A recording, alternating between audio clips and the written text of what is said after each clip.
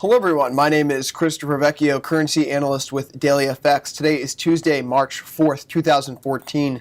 These are your FX headlines as we turn the page to North America, and we're seeing a bit of excitement in those risk-correlated assets as news broke that Russian Prime Minister Vladimir Putin would not further engage Ukraine or any further incursion of his troops. And so we're seeing that the prospect for limited conflict is up, and really that was the news that knocked the S&P and risk down to the start of the week after Friday's close. So we're back right at back Friday's highs in the S&P. Thus far for the U.S. dollar, it hasn't really marked much of a turnaround for anything. We see here that the euro dollar is still near 137.60. We were looking last week for it to climb above 137.70, and right now we really haven't seen that commitment. In fact, we've run into the former highs from swing highs that we had in December at the end of the year, and right near 138.20, and we've thus far respected that. So in light of the fact that we need to get back through this July through November trend line, we need to get through this 138.20 figure by the end of the week to maintain a bullish bias.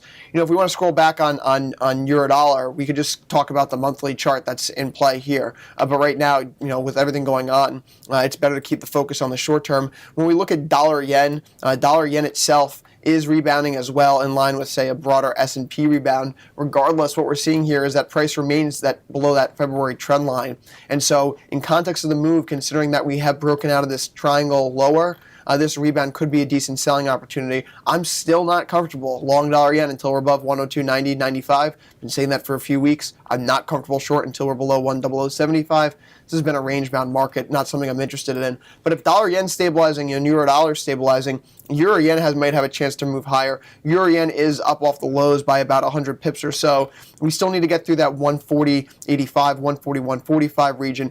That also represents the conflux of not only recent lows in December, support turn resistance now going into the new year, but also where the low from the November 2012 and November 2013 trend lines rest. So if we can climb through that region this week, we'd have confidence for a stronger euro. Overall, though, it's a pretty quiet day today. When we look at what's going on in the calendar the rest of the session, out of the United States, not really much. ISM New York.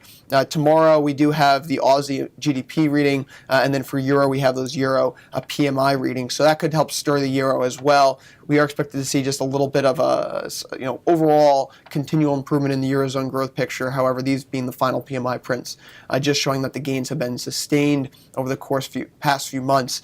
These PMIs, the first round, were a little bit disappointing relative to expectations, but showing that the situation didn't get any worse upon the revisions could help keep the euro elevated. That's it for me today. We'll be covering the ECB press conference on Thursday starting at 7:30 Eastern, 12:30 GMT, in Daily FX Live Trading Room. Would love to see you there. If I do not see you there, good luck trading the rest of the week.